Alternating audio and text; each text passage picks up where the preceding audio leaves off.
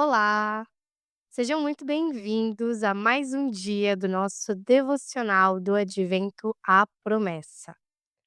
Nós estamos caminhando juntos por essa longa jornada de preparação para o Natal, lembrando que esse não é um tempo sobre correria, performance, consumismo, mas sobre preparar o coração para celebrar aquilo que realmente importa. Existe no coração humano uma tentativa constante de querer controlar tudo, de ser dono do seu próprio caminho e senhor do seu próprio destino.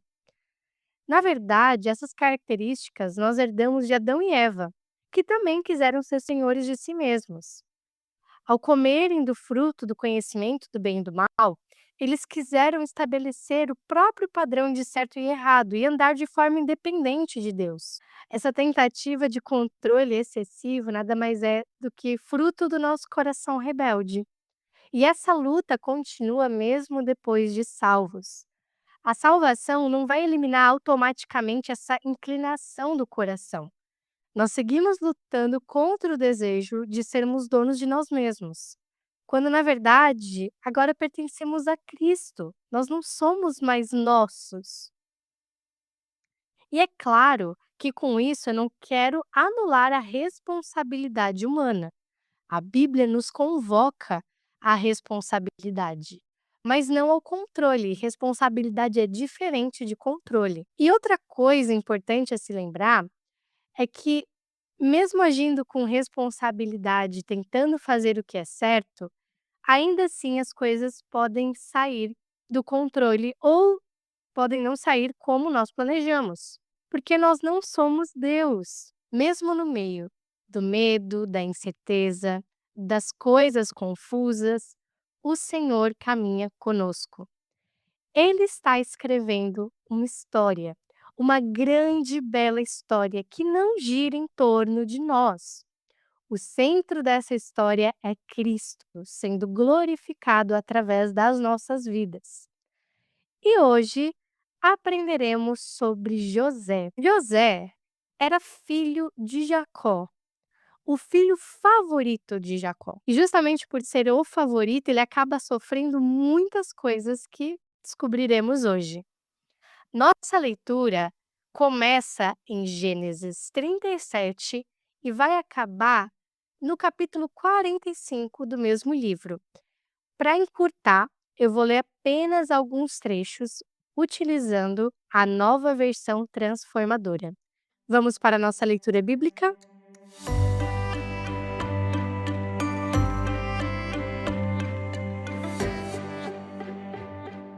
Gênesis 37, verso 3 e 4. Jacó amava José mais do que a qualquer outro dos seus filhos, pois José havia nascido quando Jacó era idoso. Por isso, certo dia, Jacó encomendou um presente especial para José, uma linda túnica. Os irmãos de José, por sua vez, o odiavam, pois o pai deles o amava mais que a todos os outros filhos. Não eram capazes de lhe dizer uma única palavra amigável. Um pouquinho mais para frente, verso 18 e 19. Quando os irmãos de José o viram, o reconheceram de longe. Antes que eles se aproximassem, planejaram uma forma de matá-lo. Lá vem o sonhador, disseram uns aos outros. Mais adiante, verso 23. Assim, quando José chegou, os irmãos lhe arrancaram a linda túnica que ele estava usando. O agarraram e o jogaram na cisterna vazia, ou seja, sem água. Verso 26. Judá disse aos seus irmãos: O que ganharemos se matarmos nosso irmão e encobrirmos o crime? Em vez de matá-lo, vamos vendê-lo aos negociantes ismaelitas. Afinal, ele é nosso irmão, sangue de nosso sangue.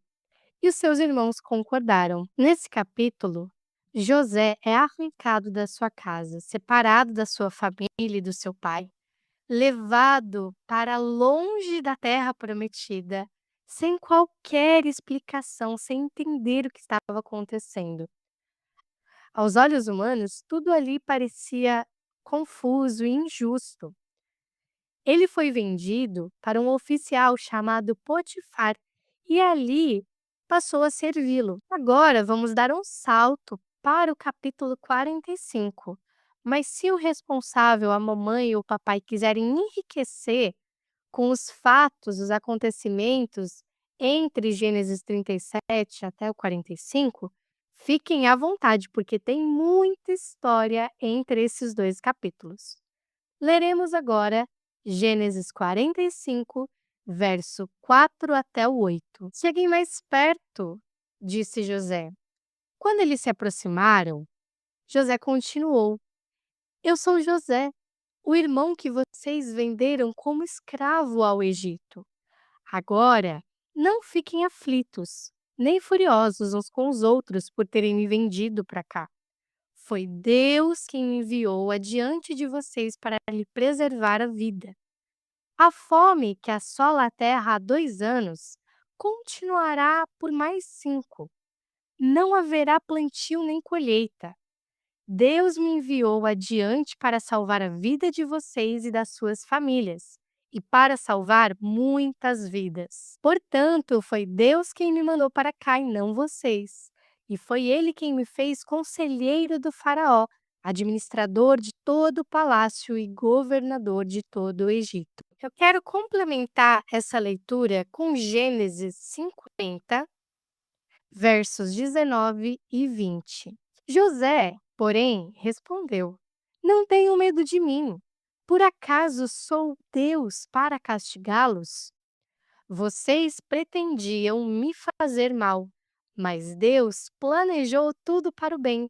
Colocou-me nesse cargo para que eu pudesse salvar a vida de muitos.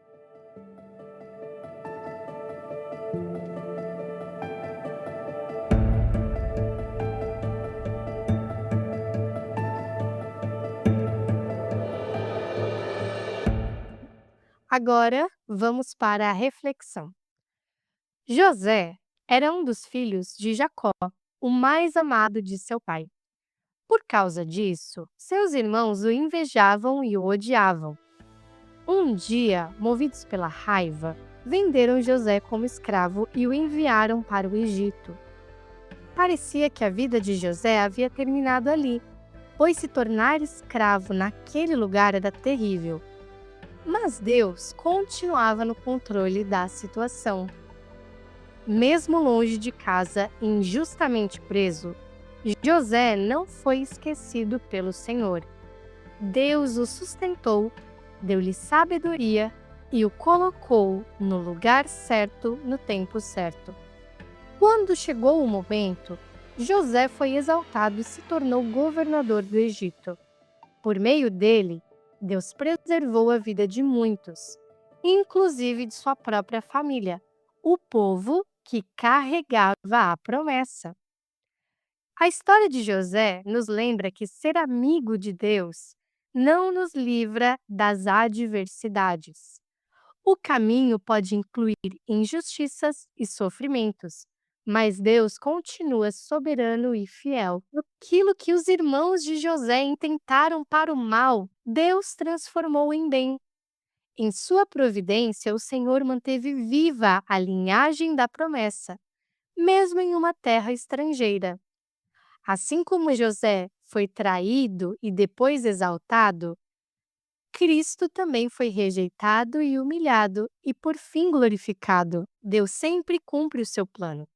Por mais que os caminhos pareçam estranhos aos nossos olhos, ele nunca perde o controle da história e sempre conduz todas as coisas para cumprir o que prometeu.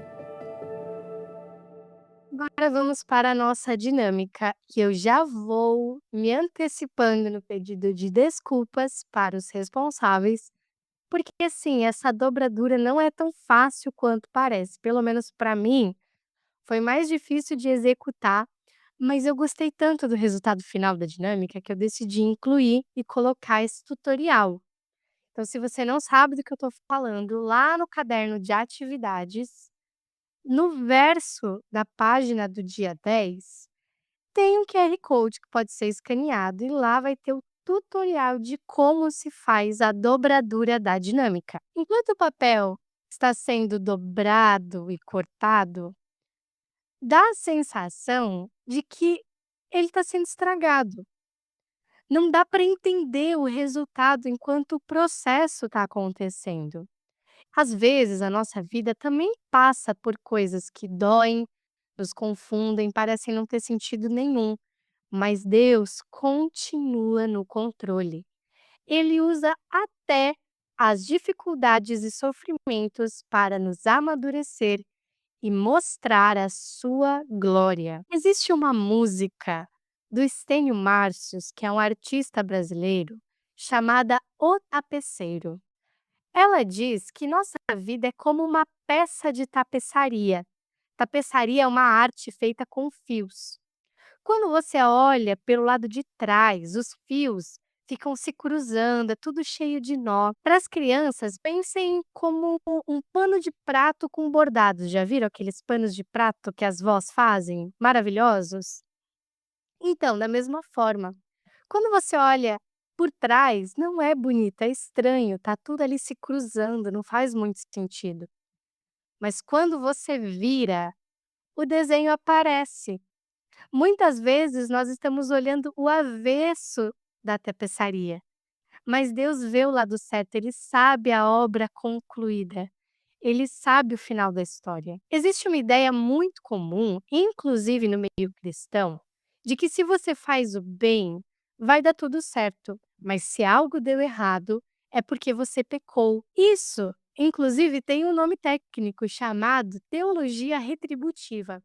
É uma teologia muito parecida com a teologia dos amigos de Jó, mas essa não é a forma como a Bíblia fala sobre sofrimento.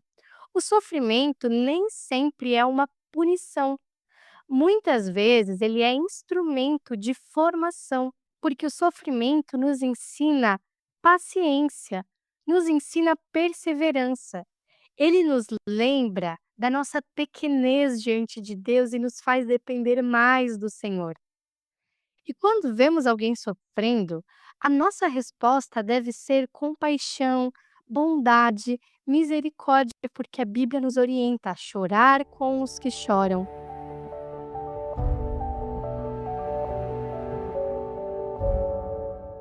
Para encerrar, nós vamos ler Romanos 8, do verso 28 em diante.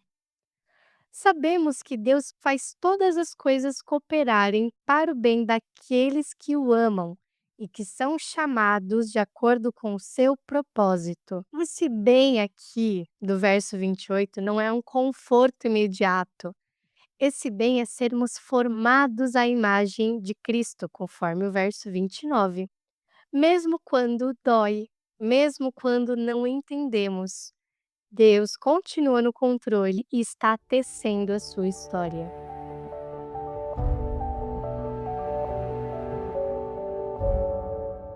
Muito obrigado por caminhar comigo nesse dia 10. Eu espero que você tenha gostado desse momento e se você se interessou por esse material, saiba que ele pode ser acessado gratuitamente através do link que está na descrição.